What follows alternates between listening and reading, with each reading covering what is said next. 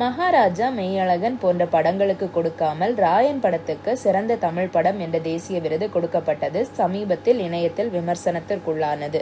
அது பற்றி தனுஷ் தற்போது பதிலடி கொடுத்து மேடையில் பேசியிருக்கிறார். ராயனுக்கு தேசிய விருது கொடுத்தார்கள்.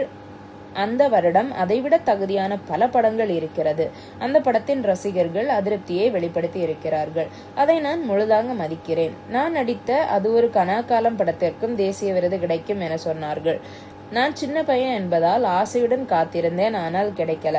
புதுப்பேட்டைக்கும் அப்படிதான் சொன்னாங்க, ஆனா கிடைக்கல. அதன் பின் 3, மயக்குமென்ன, மரியான், ராஞ்சனா, வடசென்னை, கர்ணன் என இவ்வளோ லிஸ்ட் இருக்கு. எவ்வளவுதான் முயற்சி பண்ணாலும் அதை சொல்ல முடியாது. தானாக தான் அமைய வேண்டும். இப்போது கேட்பவர்கள் அப்போது ஏன் கேட்கல?